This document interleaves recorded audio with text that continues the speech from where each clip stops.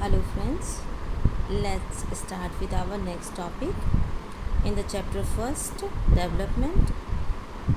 Our first topic is national development, देश का विकास. भाई अभी तक हमने पढ़ा था कि those individuals who are living in our country they are having their different goals. अब जिस तरीके से लोगों के गोल्स अलग होते हैं so that we are having different national developmental goals also, because अब देश का विकास कब होगा? when the people are going the good growth rate in the country, those who are living there, if they become developed, then only we can think about the development of the country. So it is very much important to keep in mind that different person could have different as well as conflicting notion of a country's development. भाई जब आम व्यक्तियों के बीच में सभी लोगों का विचार डेवलपमेंट के टॉपिक पर एक समान नहीं है तो देश के संदर्भ में भी नहीं होगा. हावेवर क्या सारे आइडियाज़ जो हम लोग रखते हैं they are having the same importance, और इसके बीच में हमें कन्फ्लिक्ट्स जो हैं वो देखने को मिलते हैं जब हम इसे डिसाइड करते हैं. तो we also have to think whether there is a better way of doing things. क्या हमारे पास कोई रास्ता है और अच्छा तरीका है जब हम लोगों के विकास के बारे में और अच्छी तरीके से जजमेंटल हो सकते हैं. क्या जो विकास का आइडिया हमने बनाया है it is going to benefit a large number of the people those who are living in the society, और only it is beneficial for the small proportion of the population. National development पर बात करने के दौरान इन सारी चीज़ों पर ध्यान देना बहुत ज़रूरी है. अब आपकी एनसीईआरटी बुक में नेक्स्ट टॉपिक है हाउ टू कंपेयर. हम अलग अलग डिफरेंट कंट्रीज़ और स्टेट्स के डेवलपमेंट को किस तरीके से कंपेयर करेंगे. अब आप यहाँ पर पूछ सकते हैं if development can mean different things, how come some countries are generally called developed और अदर्स अंडर डेवलप्ड.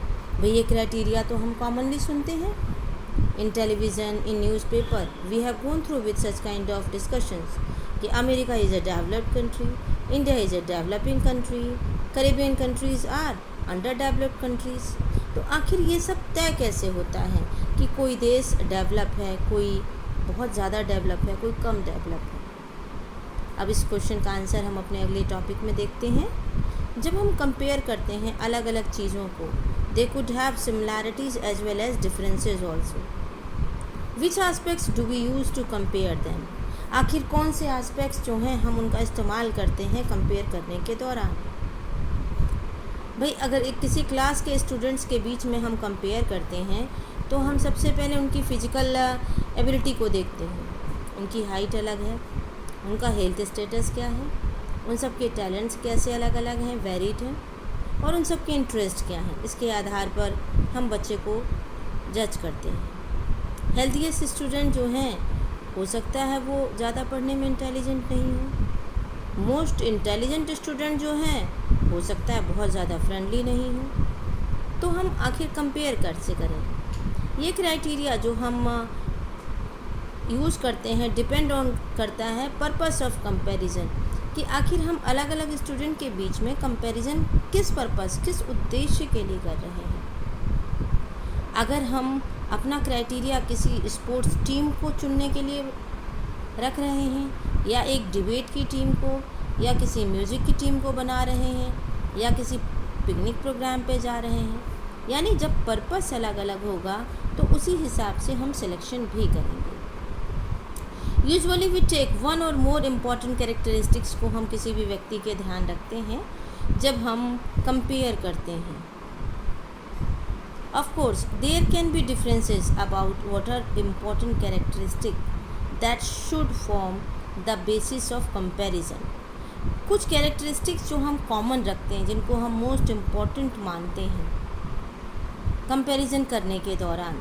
सबसे पहले कि वो बच्चा जो हो फ्रेंडली बिहेवियर का हो, कोऑपरेशन की भावना हो उसमें, वो दूसरों को अच्छे से सहयोग करता हो, उसके अंदर क्रिएटिविटी हो नई चीज़ों को करने की, जानने की, या वो किस हिसाब से अपने क्लास में मार्क्स गेन करता है. This is true of development too. यही डेवलपमेंट की सच्चाई है।